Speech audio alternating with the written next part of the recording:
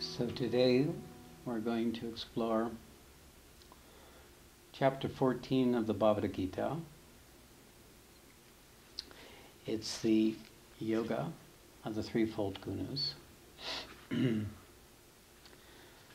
Gunatraya Vahaga Yoga. This chapter is the transitional chapter between the state of God and the state of truth.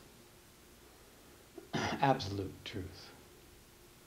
So, at this stage of the journey, one has now in a state of continuous revelation. Now, I should be clear about the nature of revelation at this stage. Most of the time we think of revelation as something perhaps in the mental plane or the awareness plane. But at this point, the mind, it has no action. It is the entire system that is open. And the revelatory nature is as if it's absorbing totally the knowledge of existence. Now, this revealing of the nature of the condition in which the God-merged consciousness now finds itself is still evolving. It's still not fully complete, because there's a stage of bewilderment after the merger with God, because everything quiets. Suddenly all the ecstasies, all the energies have quieted, and you're now just this space, presence. And yes, periodically you fall back into the feeling of devotion, fall back into the ecstasies, fall back into that rapport and that rapture. And they're still very vigorous. But in between, there are these spacious quietudes. And the nature reveals herself. The Sanskrit term for nature is Prakriti. It reveals, she reveals herself. Because now that which was in the way of that revelation is no longer so dense. It's permeable.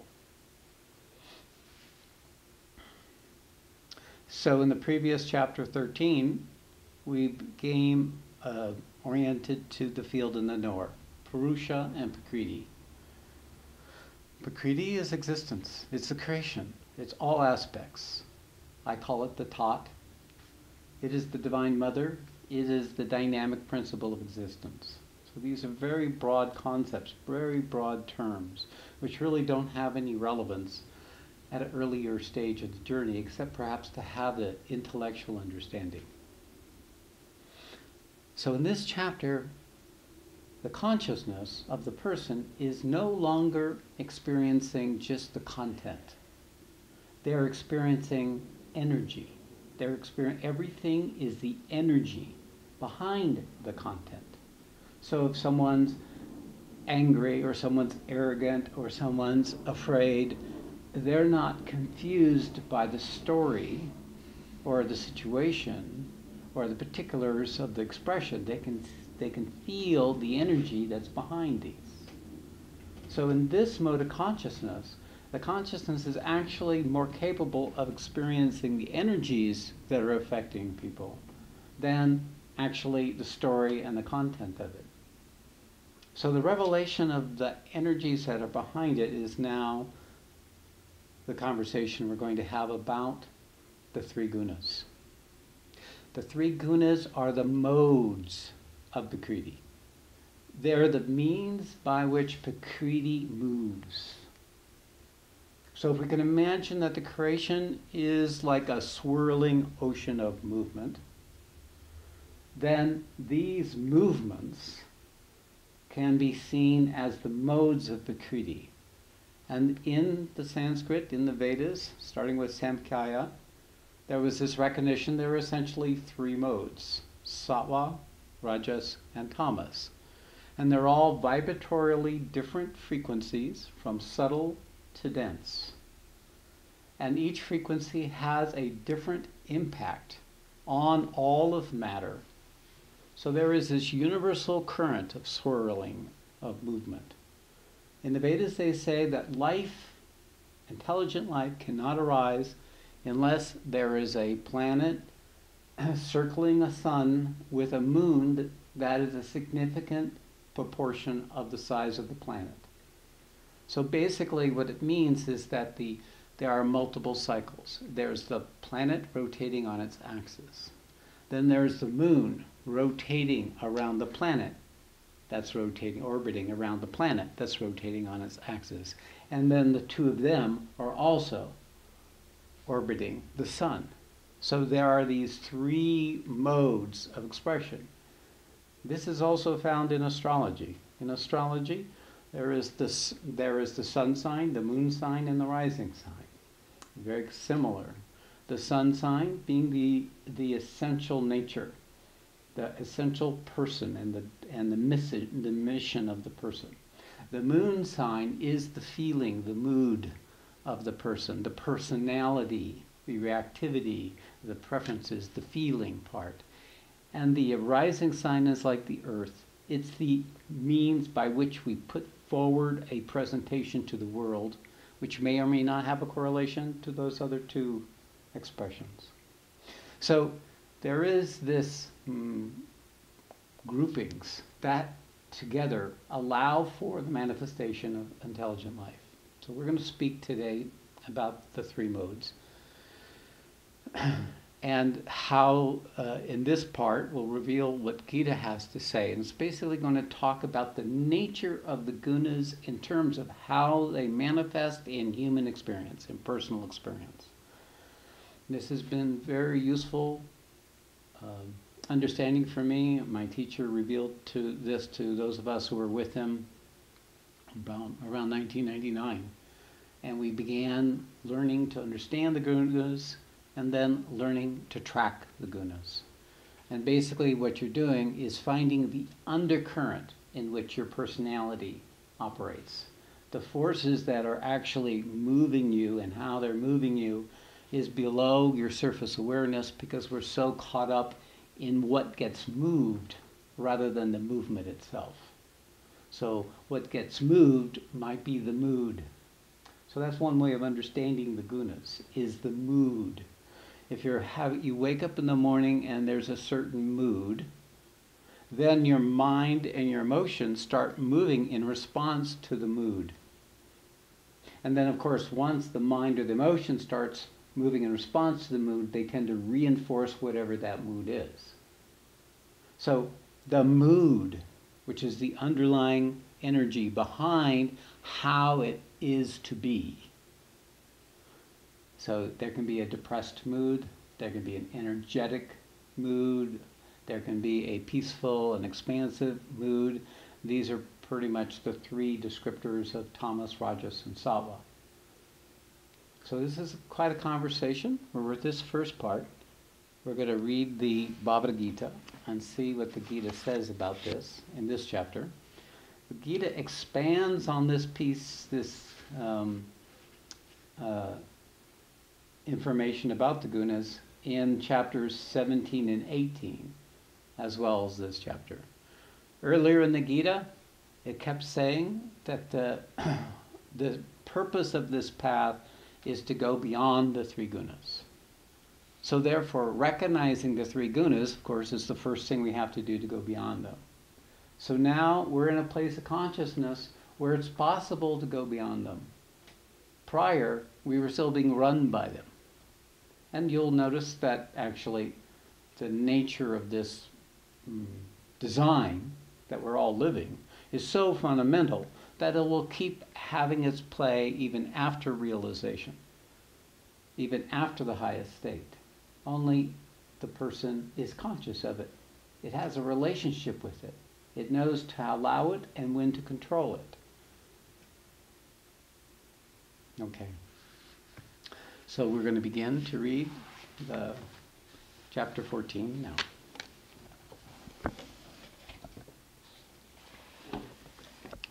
Okay, chapter 14, Gunatraya Vibhaga Yoga, the yoga of the threefold gunas.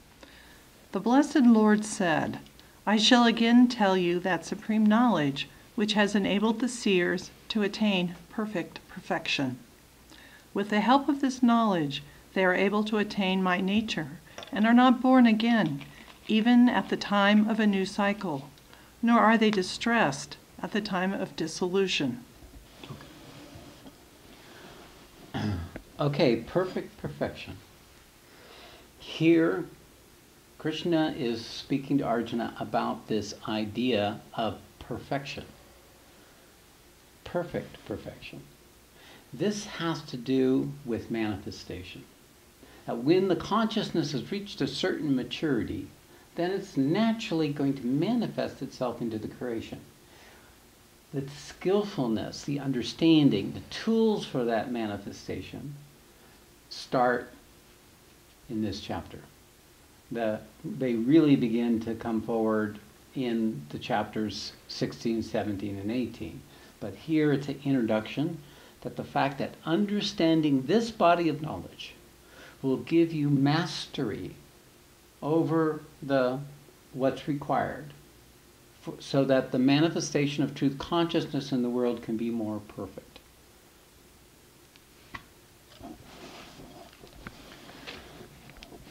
Arjuna, my cosmic womb is the Mahabrahma, where I place the seed, and from that comes the origin of all beings. This great nature is the conceiving mother, and I am the seed-giving father of all forms, born in different wombs. In this principle, again is following the same tradition of Samkhya, is that Prakriti exists as a potentiality, and that Purusha is what animates that potentiality, converts it into a possibility and then into an actuality. So in this way, I am the seed, means that which is the source of consciousness is what animates this creation, but the creation is what moves. The seed doesn't move. So you can understand this difference here. Beginning to speak of the nature of manifestation. Sattva, Rajas, and Tamas, these gunas are born from Prakriti and tie down the imperishable soul to the body. O sinless one, Sattva, though pure, luminous, and flawless, veils the all-pervading being and binds the soul through attachment to happiness and knowledge. Rajas is passionate by nature. It produces desire and longing for enjoyment, which bind the embodied being through attachment to action. Tamas is born of ignorance and deludes all embodied beings. This binds the soul with negligence, indolence, and sleepiness. So these are what tie the consciousness into the creation. That once the original seed begins to immerse into the creation, it becomes consciousness. And consciousness is always moving. So it's either moving very slowly, or moving very fast, or completely entrapped. So if you can understand that what we are in this Bhagavad Gita is the Purusha, that means essentially we are the pure consciousness, that our involvement in matter is what entangles us, but it also allows us to be, to exist, to come into existence, to experience, to evolve, to learn, to grow. So this is what sucked us in, and what keeps sucking us in to the bounded condition of matter, the bounded condition that we are as human beings. Even though we're a very evolved version of matter, we are still run by the very same forces that binds consciousness into stone or plant life or any other structure of existence, including electricity, including fusion. Consciousness is involved in all these layers. It is the animating principle. But we're mostly concerned with the life force and the mind force associated with the body of the human person. So in here, we're being introduced, let me stay here for a bit, to the three gunas. Sattva is the most subtle. It's the one that's closest to the origin. It has a large, basically the energy, though powerful, is uninterrupted. It's as if being in space, you may be moving near the speed of light, but for you, it's as if no movement is occurring at all. It's vastness. And the energy is spaciousness. And when there's spaciousness, there's a natural peace, quietude. And in that peace and quietude, we experience a happiness. As if we're back. We're back home. We're back with what it is that we know is the essential quality of ourselves, that is what we really are. And because of the quietude, the stillness, when things arise, we see them, experience them more clearly. If we're busy, we overlook so much. But if we get quiet, then we start seeing the smallness, the details of what existence is. We can begin to contemplate on things and go more deeply. So the sattvic state is attached. It's identified to this feeling of happiness and the characteristic of knowingness that comes when you're in that particular vibrational field of sattva. The rajas is of a different frequency. Here, there's an animating principle. There's a passion. There's a drive, a move to go from here to there. It's much more restless. It's much more driven. It drives us to action. We're attached to doing things. We become the doer. What we like to do is do. Wake up in the morning and do this and think about other things to do and make plans and take those actions and doingness. Here in the West, doingness is very strong. Rajas is all pervading in the West. It's less pervading in the less developed parts of the world, more pervading here. All enterprise, all creativity, all actions, positive and negative, that come from passion, come from rajas. So it's not saying good or bad. These are modes. They're impersonal. They can have positive and less positive attributes depending upon how they're particularly expressed in each person. And then tamas.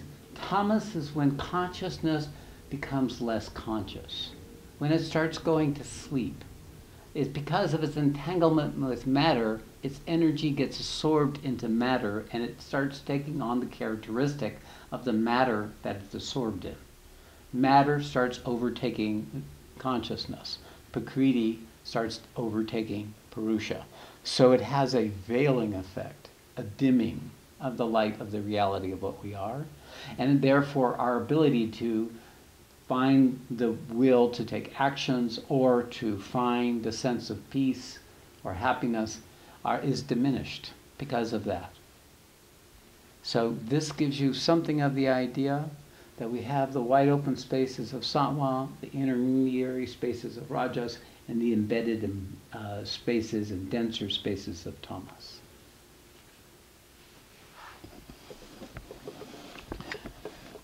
Sattva prevails, overpowering rajas and tamas. Rajas prevails, overpowering sattva and tamas. Likewise, tamas prevails, overpowering sattva and rajas. This is a very important now principle that the Gita is revealing. It is saying that the one or the other of these modes can be dominant at any one time or in any one person. They're all there, but one will be dominant at any one time or in any one person. So when sattva is dominant, it is stronger than the rajas and tamas. When rajas is dominant, then it's stronger than the sattva and the tamas. And when tamas is dominant, it's stronger than sattva and rajas.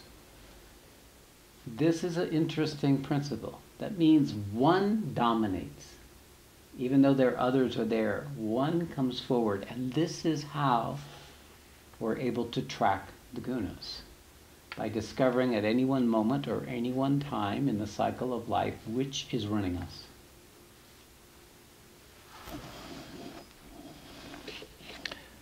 When the light of knowledge radiates through all the gates of the body, one should know that sattva is dominant. When rajas predominates, one is overtaken by greed, activity, action drives, restlessness, and craving for enjoyment. Arjuna, when Tamas predominates, one experiences laziness, heedlessness, delusion, and is even unable to hear the inner voice. So this is expanding on what we've said before, that there are some symptoms of someone who's in Sattva. They have this radiance. They seem bright because the animating consciousness is able to come out to the surface. They tend to be brighter, but quiet. Not the brightness that comes with Rajas, which has an intentionality or an efforting behind it. It's not that kind of charisma. It is a radiance rather than a direct transmission. Rajas is more transmission. Sattva is more radiance. Rajas, one is overtaken by greed, activity, action drives, restlessness, and craving for enjoyment. So all you have to do is look within yourself to find those periods that no matter what's going on, you can't stop moving. You always have to do something, that you can't just be settled down. But it's not total bondage because you're enjoying your activity. You're enjoying the next thing you're planning to do. Or it's out of a necessity, a purpose, like in protection or in getting what you want. So there are other motives that come in. So you're often in Rajas not knowing you're in Rajas because the discrimination isn't there.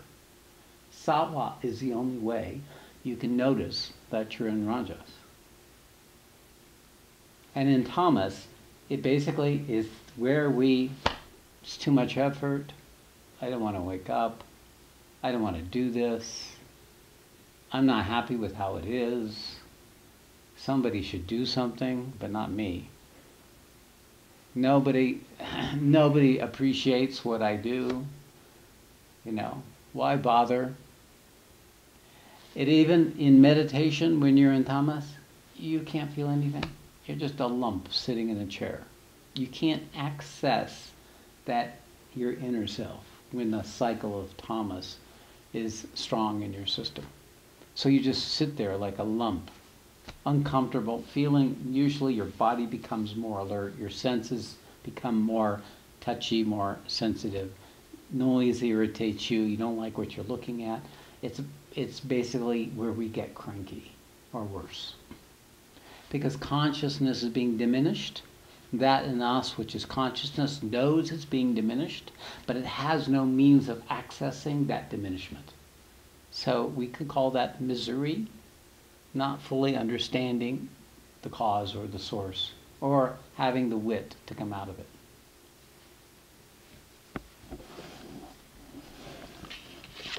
If the soul leaves the body when there is the dominance of Sattva, it attains the stainless, ethereal worlds of those who know the highest truth. If death comes when Rajas is predominant, then one is born among those attached to action. Likewise, if death comes during the preponderance of Tamas, one is born in the wombs of the deluded. So it doesn't sound like you want to die when you're in your sleep, right? You don't want to go out on a drug high, right? It's implying something here that we just want to slip in and not really have to experience anything. That's Tamas. It's trying to separate itself from whatever that transitional experience may be. So, and this feeds on the verse in the 8th chapter where the Gita says, thought at the time of death determines what one attains. So in this, it's saying the mood you're in can determine what you attain. The mode that's current in your system can determine what you attain. Now, this sounds scary because we don't have any much say over these modes. These currents are going on continuously. Not only are they going in the generalized atmosphere, each person becomes a beacon and another current of these three modes. So even if you were in Sattva, if you sit next to someone who's Tamas, your Sattva will become veiled as you begin to respond to the Tamas. Or if there's someone sitting next to you or in the room that you're interacting with and giving attention to who's rajastic, then even if you're in Sattva, the rajas will start overtaking your system and you'll become more animated, more restless, more distracted. So this interaction of the gunas is very complex, occurring on many levels. So the ability to control this is not in our hands, not from the level of control, not from the level of Prakriti. As the Gita will reveal, it's only from the level of Purusha, the level of consciousness, that we'll be able to transcend this influence. But for most of mankind, what occurs to you at the moment of death determines your next life, is what it's saying. Is it true or not true? I haven't died yet, so. And when I do, I probably have no way to tell you what it's like. And those who could probably died in Sattva, and they came back and told you from the state of Sattva.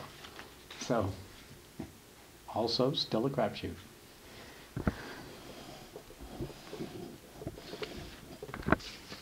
It is said that Sattva is the cause of virtuous and pure action. Rajas is the cause of sorrow, and Tamas is the cause of ignorance. Knowledge and wisdom come from Sattva, greed from Rajas, but negligence, delusion, and ignorance come from Tamas. So you thought you were the source of your virtuous actions, right? You thought you were the source of all your accomplishing efforts, right?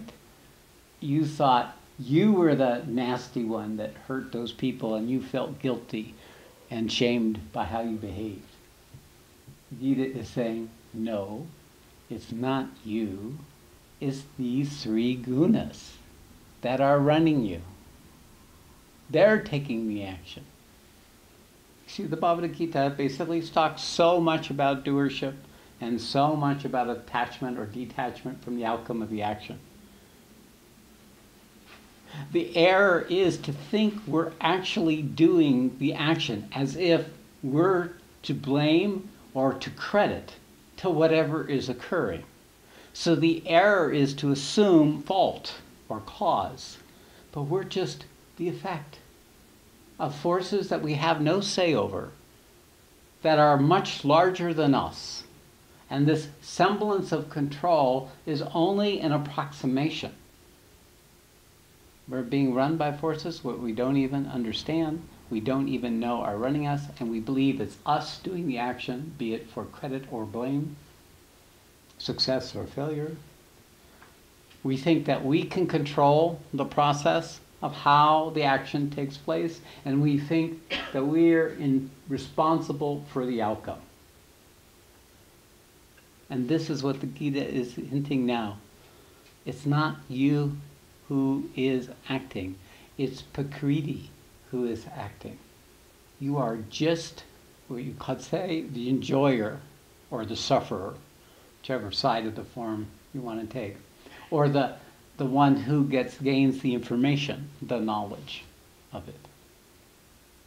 So you're just in a vehicle on a ride where you think you have a semblance of control, but the steering wheel is not connected to the wheels.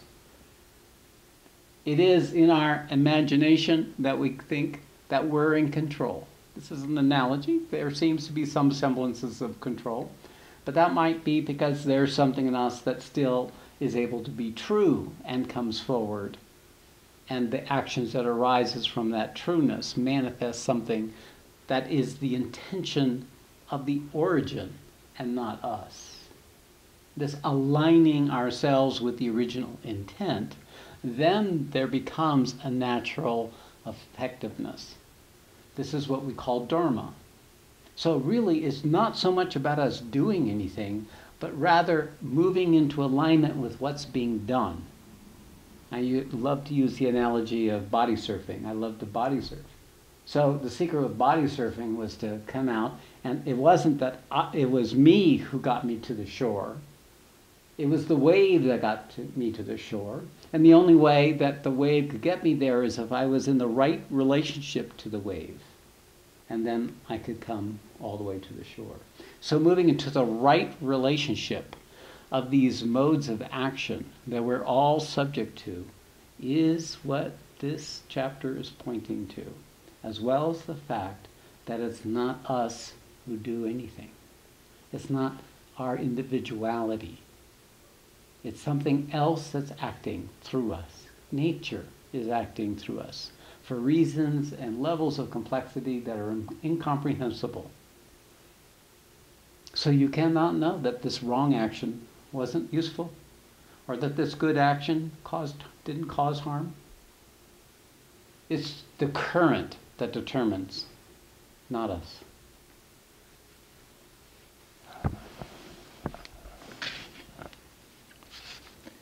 If one is able to maintain the level of Sattva, one goes upward. If the level of Rajas is maintained, it enables one to stay in the middle.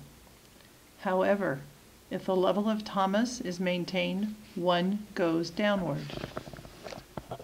Okay, now the Gita is talking about something of how you can move into relationship to these modes. And if the cycle of Sattva is reinforced consciously by the consciousness, then it grows and becomes stronger. If the cycle of Rajas is consented to, the consciousness gives consent to it and takes on, it becomes involved with the activity, then the Rajas becomes dominant. And if the Tamas is consented to, if we agree to be lazy, if we agree to be negative, we agree to be resistant, if we move into agreement with Tamas, which by the way, we tend to do more so because of the nature of Tamas, we lose our choice. Then it gets dominant. It starts taking over. So that's why negative thinking reinforces the negative story, and positive thinking reinforces the positive story. We do have some say with what we attend to. This is why when we break out of old habits, we have to work to create new habits. But once we even create new habits, we have to keep empowering them and keep withdrawing our consent to the negative from the negative habits. Because no matter how strong your positive habit goes, the gunas are all still there. The negative habits are still there.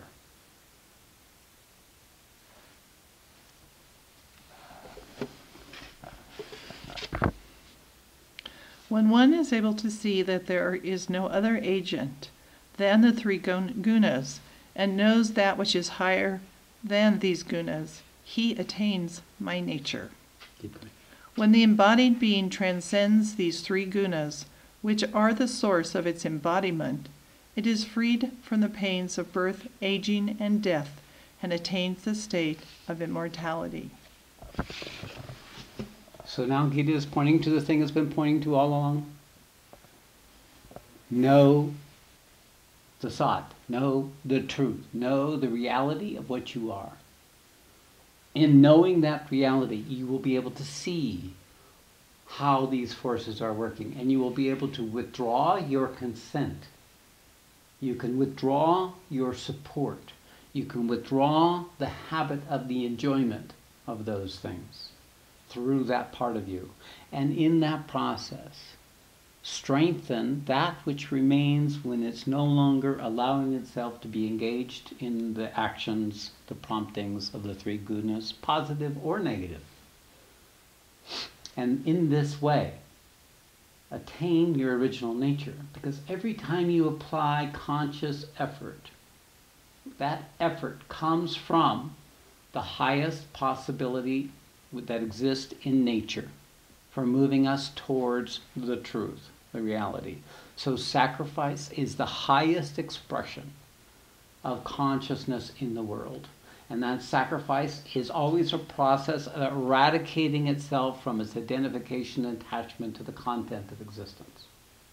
So when we restrain ourselves and apply that effort, we strengthen that which is capable of doing that. We strengthen that which we are where no restraint will be necessary. Interimly, there is this efforting in order to establish in ourselves that which is the essential reality from which all this emerges. But at some point, which I described before, at the 51%, this effort is not necessarily required, because as the consciousness starts turning to its source, to its origin, it loses interest in those things that would normally immerse it or entangle it. And these therefore naturally fall away as one moves into a more and more deep and profound relationship to their own nature.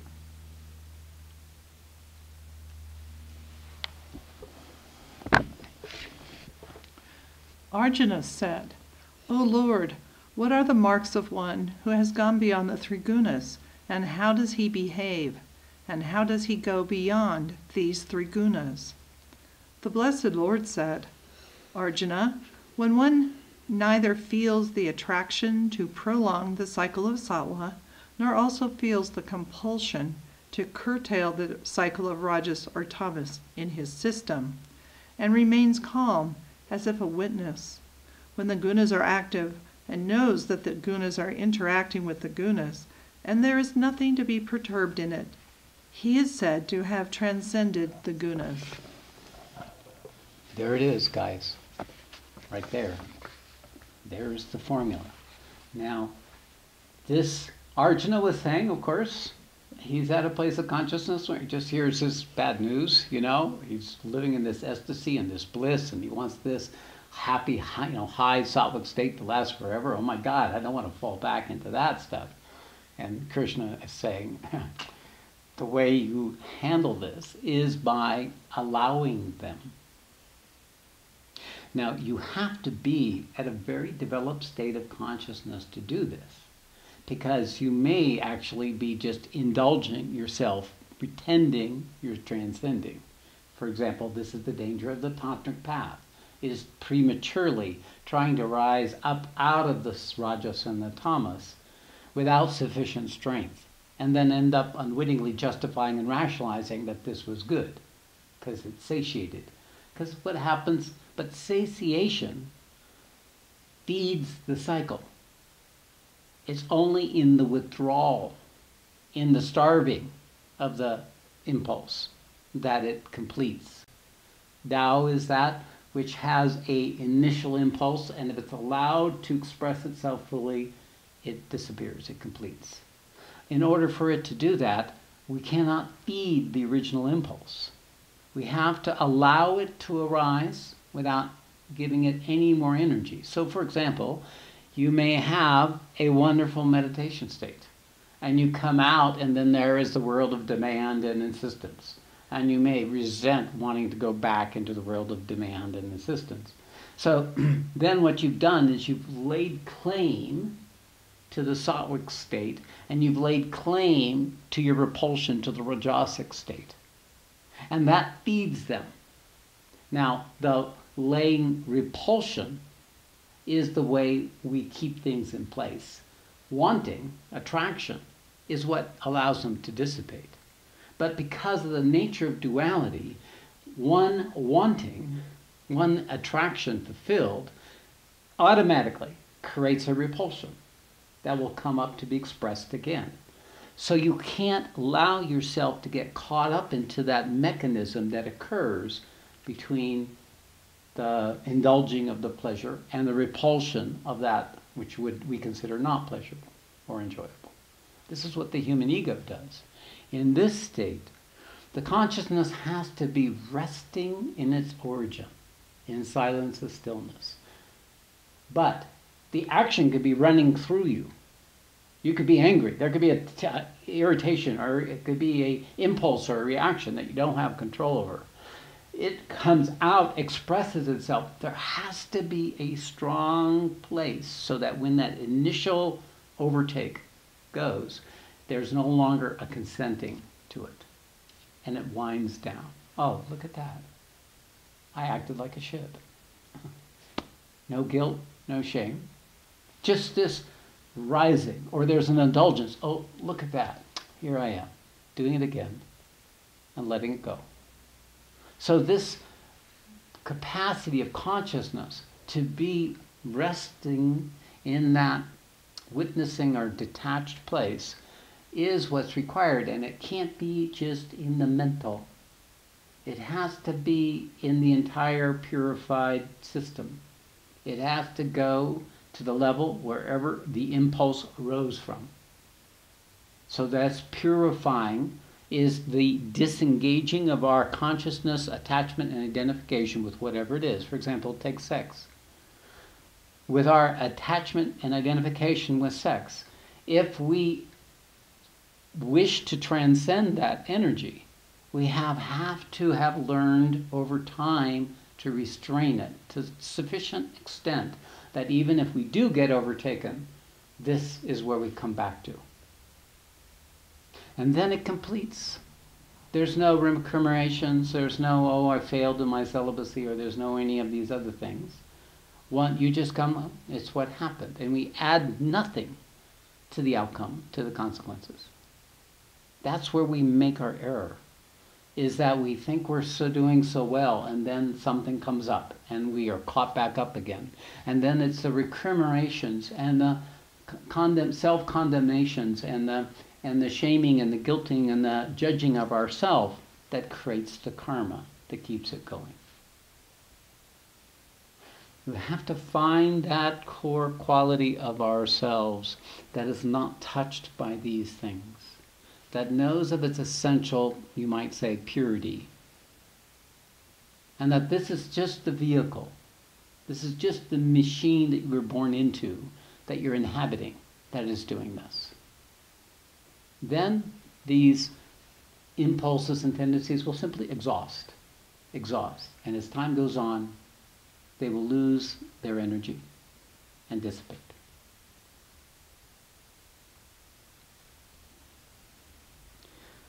So what it is there isn't a preferences. You're no longer hanging on to the high state or avoiding the low state. You're no longer trying to be in a certain state of detachment. You can allow yourself to swim in the waters that human beings swim in and not take it personally, not get overtaken. This is the key of manifestation. Prior to this part, the best way you can stay connected to your original reality is transcendence. But if you're going to manifest, you have to enter into this domain of the gunas and become skillful. And this chapter is pointing that part of this skillfulness is this inclusion, is this recognizing that it's arising, but not feeding it, not taking actions based on it past that first uncontrollable reaction or impulse.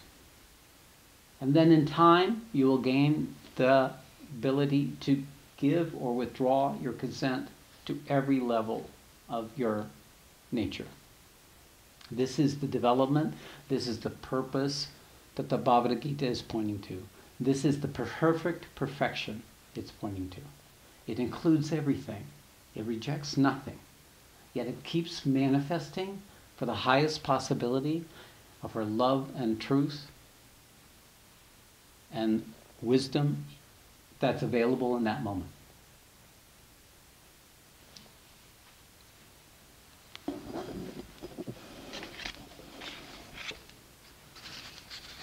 One who accepts pain and pleasure equally, who is firmly established in the self, who views a clod, a stone, and gold in the same manner, to whom a friend and an enemy are alike, and who is steadfast in praise and censure, for whom honor and dishonor, friend and enemy are the same, and who has renounced the sense of doership in all undertakings, such a person is said to have transcended the three gunas. Arjuna, one who serves me with unswerving devotion, also transcends these gunas and becomes fit to attain the highest state of Brahman. Verily, I am the abode of the Brahman, the goal of liberation, the foundation of eternal law, and the source of eternal bliss. Thus ends the 14th chapter of Gita, entitled The Yoga of the Threefold Gunas. So I just want to clarify here that what Krishna is revealing to Arjuna is there is another path that can take you to the same state. And that is through action, through service. That through selfless service, through selfless giving, You will find yourself making serving divine more important than the inclinations of the three gunas of your nature. You will overcome the inclination, the tendency to be sucked into these things, because you will be engaged in purposeful action for bringing forward the original intent, God's purpose, into the creation in whatever means is available to you. Then the transcendence occurs naturally, because your priorities are reorganized such that these things become lesser and not important or relevant to what is before you to be done. So keep that in mind, and this is the reason it's being brought up. The Gita is always about action. Ultimately, the realization, the enlightenment, is to be brought into the world and manifested. And so this is the gist of what it is. Two paths: this path of inquiry, this path of self-awareness, this path of personal mastery, and this other path of self-giving, of action for a greater purpose than yourself. Okay. That completes the revelation of chapter 14, Yoga of the Threefold Gunas. All glory to Guru.